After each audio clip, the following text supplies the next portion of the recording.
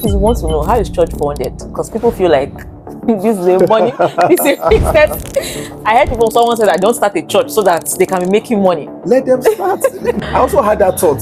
I wish I could go back and meet my former pastors and tell I said, them, sorry, sir. So I apologize. Even I never had such thoughts about them, but I also felt when you say congregation of 100 people, if they all drop 1,000 naira, that's like 100k every Sunday. That's like 400k every month, and then that's not. Does it happen in church that you pastor? No, yes. That's across all churches. That's what I'll probably say about 5-10% of church members are trying dropping the money that you see in any church. Hello, everyone, and welcome to the Spotlight series. Today we have a professional, a husband, father, someone that has an NGO, runs businesses, and he's a pastor. This is my pastor, my own pastor, the pastor of Mount of Transformation Church, Pastor Charles, popularly known as PC. You're welcome, sir. Thank you so much for the privilege. It's also a privilege being here too. Thank you, sir. Okay, straight into the first question. In a time when pastors are labeled wrongly, what moved you to start a church? I mean, the answer is pretty simple. It's God's instruction. And I think it's pretty obvious that when God speaks and you are clear, it's almost impossible to say no, except you want to be rebellious. And I think over the years, I've grown enough to know that rebellion with God, you just won't win. So that's pretty much it. Okay. So now that you've said that, what's the hardest part of being a pastor? Everything is hard. There's no easy part. No, there's no easy part. Absolutely not. And nothing is easy within the context of ministry.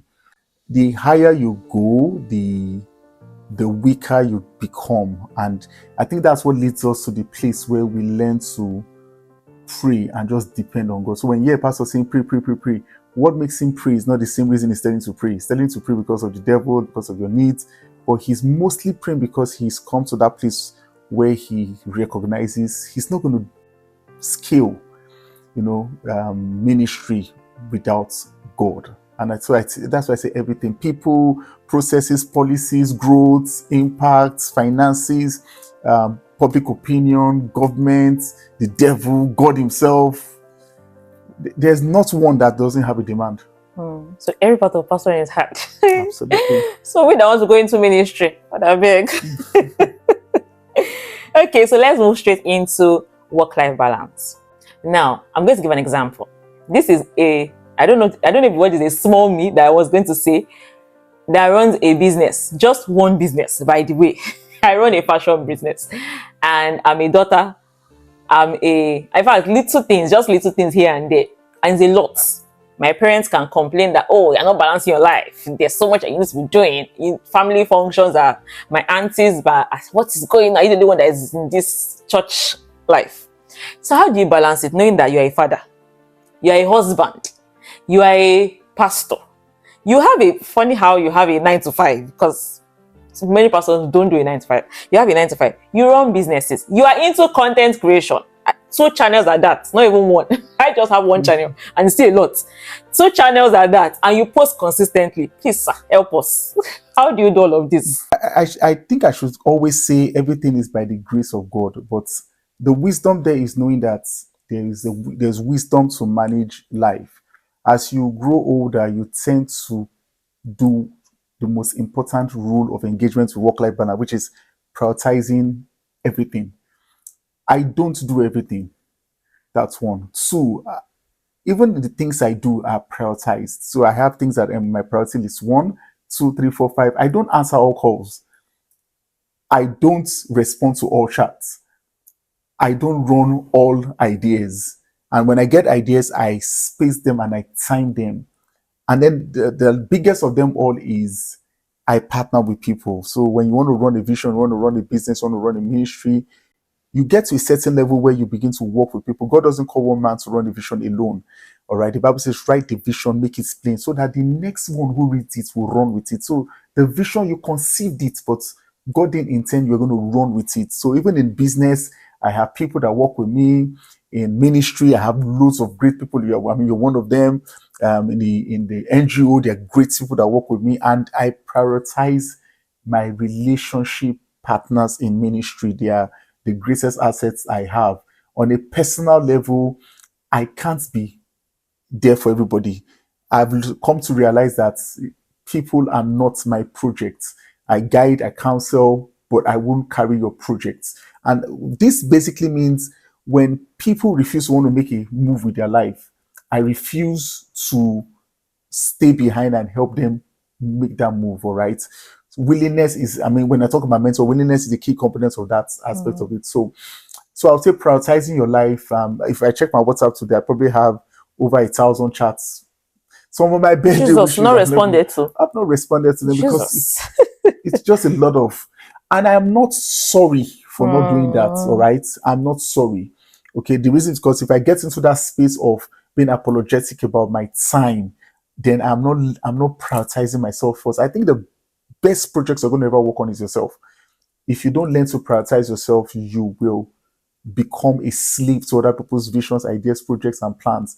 When you prioritize yourself, you can immediately discover whose vision aligns with your vision that you want to be a partner with. So, of course, I want to work with people with their visions and their projects, but not every vision aligns with what God has called me to do and aligns with the grace. So, it starts with grace, prioritizing, understanding the key parts of people's relationship, and then prioritizing your life. That's it. Okay, so what are the practical steps? Okay, so now I want to take my life seriously. Oh, the audience, they want to take their life seriously. And they have many things that God has asked them to do because most likely it's not just one thing. Okay. So what are the practical steps? They say, okay, somebody wakes up in the morning. These are the practical steps to know that you are living a purposeful life or a fulfilled life or a balanced life. You say that question, living a purposeful life, you are going to live every day asking yourself that question. The truth is, you never get to that point where you are convinced you are living a purposeful life. Don't let anybody kid you. You constantly have to learn to realign with God to find out what the key steps is. Let me say very practically that prayer is underrated, all right? Massively underrated. You just have to pray. It's not a cliche. You just have to pray. And if you understand how God operates through your prayers, you would see that He indeed makes things fall into play. But the second bit is it, wisdom is the principal thing. And the wisdom here is you got to know. I mean, even if you don't write everything out, I mean, so that I don't overflog the whole concept of writing out your plans, your goals, and the rest. Have a strong mental fortitude on the things that matter. If I ask a lot of people today, what are the values that you have? What drives you on a daily basis? It's surprising that people don't know what drives them. So I'll put it this way: ministry is a very key part of what I do. Excellence in business is a key thing that I strive for. All right. So if I bring those to then, of course, relationships. If I bring these three things together, I would say because ministry is my core calling, I spend a lot of time reading my Bible, praying, interacting with people in ministry, because excellence is a core component of what I have to do in business and even in ministry. I spend a lot of time learning the things I need to learn, the tools and arts of my trade, so I keep upskilling myself. And of course, building the relationships, the key relationship or strategic relationships in those businesses. And then relationship, my wife, my children, my mentees, my leaders. I would probably say these are the biggest assets in my life. Anybody outside that, you won't get my time, all right?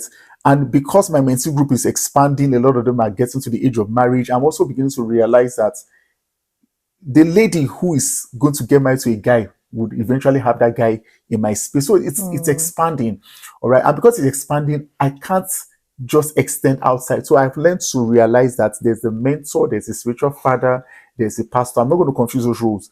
As a pastor, I'm going to be a shepherd over the flock, all right? But there's a boundary line there. As a mentee, there's also a boundary line. As a spiritual father, that's the inner circle. Those are the children that gets my attention every single time. And I must identify with you as a spiritual child. Call me dad or you want to call me. If I don't identify with you as a spiritual child, I would not give you my attention. And aside that, I would say that God has given me an extraordinary heart towards people. So I can't afford to allow a lot of people come to that space because they're going to take a part of me that God has given to me. So if people would align this to their lives, all right, I think they would be able to get to that work-life balance. There are movies I don't watch. There are places I don't go to.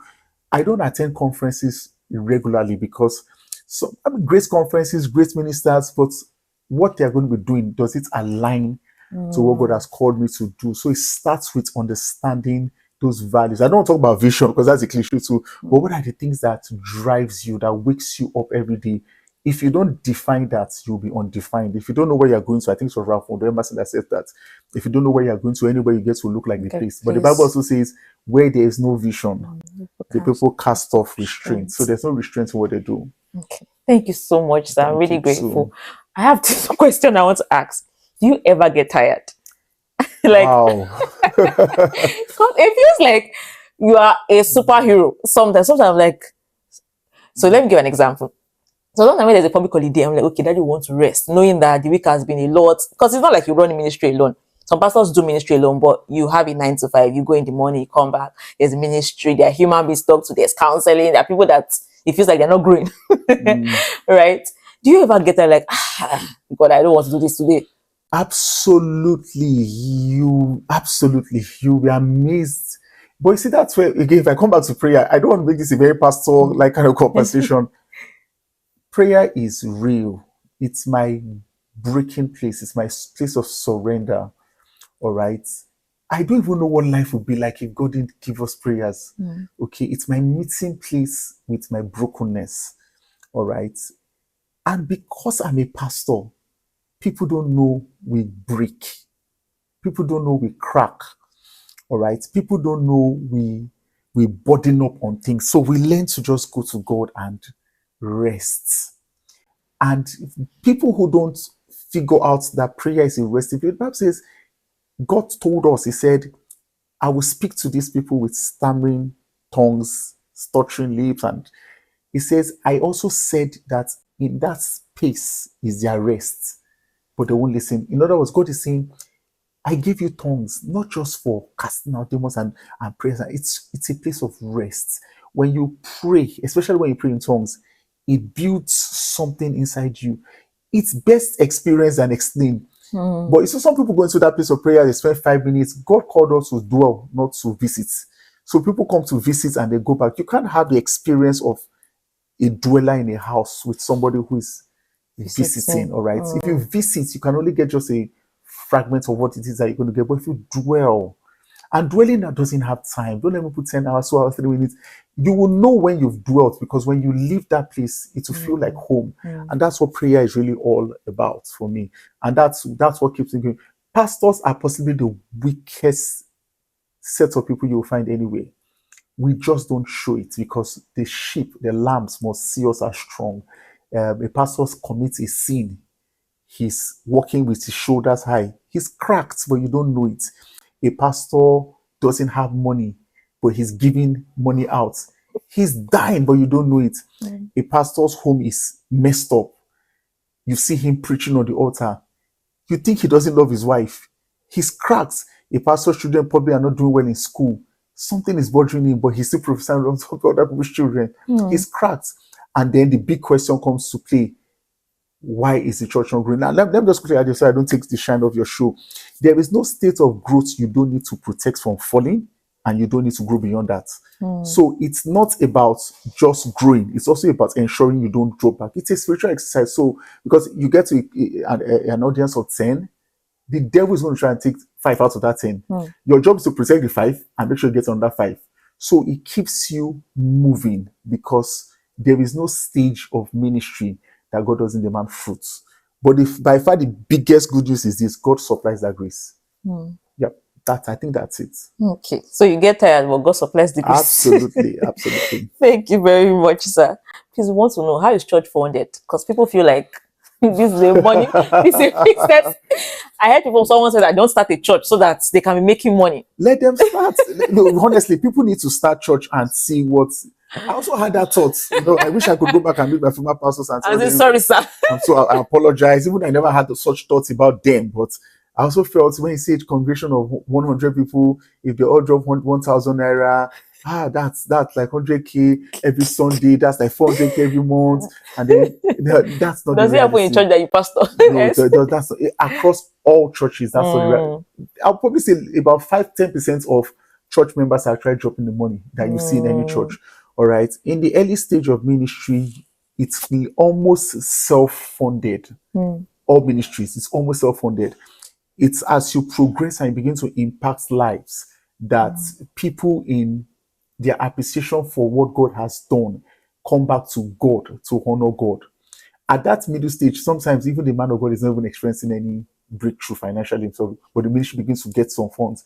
It's much later that the bigger impact begins to speak to the pastor's life. So funding, it's sad what the world is saying, but I mean, I'm not sad, but I understand it's the world, all right, and what they have to say about church funding and the rest. Whoever thinks like that is obviously coming from the perspective of ignorance, or they're coming from the place of the world.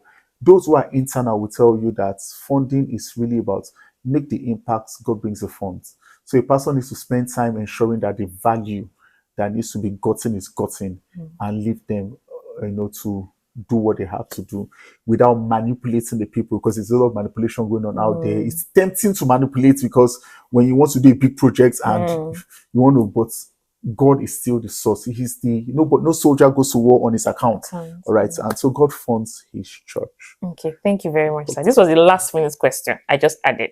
There are people that genuinely they love God, right? Maybe they've been in that place where they love Jesus, but things just kind of went south, or things just go south, and they're just hurting, and so they leave the entire body of Christ. Now, it's two questions. Do pastors have this whole hot thing that happens with? I mean, people know it. People say it a lot. I was hurt by the church, or hurt by somebody in the church, and they pack their bag and say no. The pastor experienced that we are hurt by a member. I wish. What the pastors do? Where the pastors go to from there? Yeah, that's the first part. It's not even a question. It's just a bant. I think you even answered it, and Yeah, pastors probably go through greater hurts than members. I mean, in a congregation of 100 persons, 2 people get offended and leave the church. What that 2 does not know is that there's another 10 that is probably doing 1 or 2 very funny things, and the pastor is. You can't. The Bible says, "Woe to you if all men celebrate you." As great as that pastor is on the altar, I promise you that not all members are clapping for that guy. All right. So, and he knows, and the members know. Some people will tell you directly, but they'll still come to that church and do that. So that's so amazing. And then, of course, you pass instructions. Sometimes you are praying. I give a vivid example. You go to a home, husband, wife fighting. You pray, you counsel, you give them big words. You in your mind, you're thinking, bam, it's done. The following day, the man beats the wife. Why did you beat the wife? And he's repeating the same errors that you corrected, and it feels you didn't hear him. That can be really hurtful because it makes you begin to think you're not validated. The other side to that is when people begin to compare you, and that happens cerebrally so much in the church, especially in this age of social media. People directly and indirectly compare you. So a pastor may unconsciously begin to live for validation. When he doesn't get it, he goes into that. That's why prayer is your place of brokenness. You just stay there and, Lord, they don't matter as much as you matter. You understand that? That's it.